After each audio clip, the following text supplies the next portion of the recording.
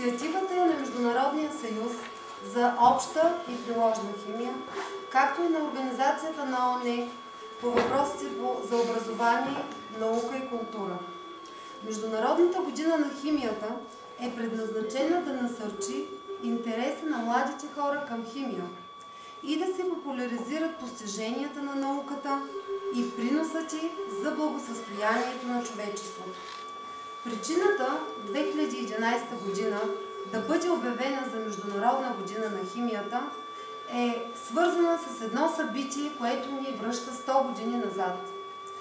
През месец ноември 1911 година е наградена с Нобелова награда за химия. Първата жена, която е наградена с тази награда, е Мария Кюри. Да обичаме науката на чудесата. Този призив обедини ученици и учители от СОУ Пейо Яворов Стралжа при организацията и провеждането на Дни на химията.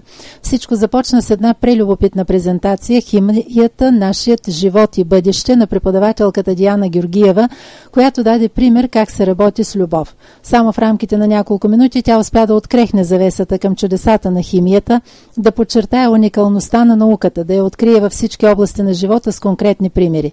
Прикова вниманието на присъстващите ученици и учители с сериозни изводи за полезността на съвременната химия, разведри обстановката с забавни заключения за любовта като химично явление. Но голяма група са веществата, които по-рано не са съществували, а човек ги е синтезирал.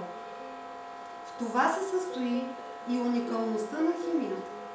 Тя не само изучава това, което е дала природата, но и сама постоянно създава за себе си нови обекти за изследване. За да завърши с извода. Изучавайки химията, ние по-добре разбираме света, което пък пролича като покана. Обичайте химията. Приятно допълнение към презентацията беше химичното есе на Красимира Тенева. Впечатляващи бяха и рисунките в изложбата, посветена на химията. Провокирани от желанието да представят един фантастичен свят, видим или невидим, но край нас, в нас и заедно с нас, учениците сполучливо са определили всяка творба според фантазията си. Киселинният дъжд на 10-класника Йордан Минков, големия взрив на Даниел Терзиев от 12-ти клас са само малък пример към това. Оригинално са подходили Гергана Димитрова от 10-ти клас, която представя проект за емблема по химия, и Пламен Пенев, който пък представя творческите си умения с оригинална композиция от биологични елементи. Е химията. Тя ни храни, облича, лекува, помага ни да строим, да добиваме природни изкопаеми, позволява ни да полетим в космоса, да се спуснем на дъното на океана. Тя води началото си от древността, от мъдрите, смели и знаещи алхимици. Те се опитвали да получат злато и сребро. Алхимиците дали на химията основа и име. Те са творили наука на чудесата, която широко разпростира ръце и улеснява живота на хората. Тя притежава сила, разум и удивителна красота. Преди хиляди години един от прадедите ни е направил най-великото откритие – огъня. Без него храната щеше да е сурови зеленчуци и жилаво месо.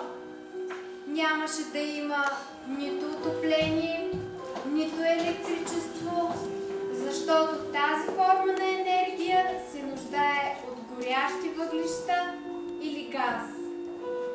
Нямаше да има метали, защото нямаше да можем да ги топим. А и училището ни щеше да е построено от кал, защото без огън не можем да направим тухли и стъкло. Аргон Кадмиев, Мак Магнези, Литка Лити и компания организираха в СОУ Пейо Яворов едно невероятно химическо шоу.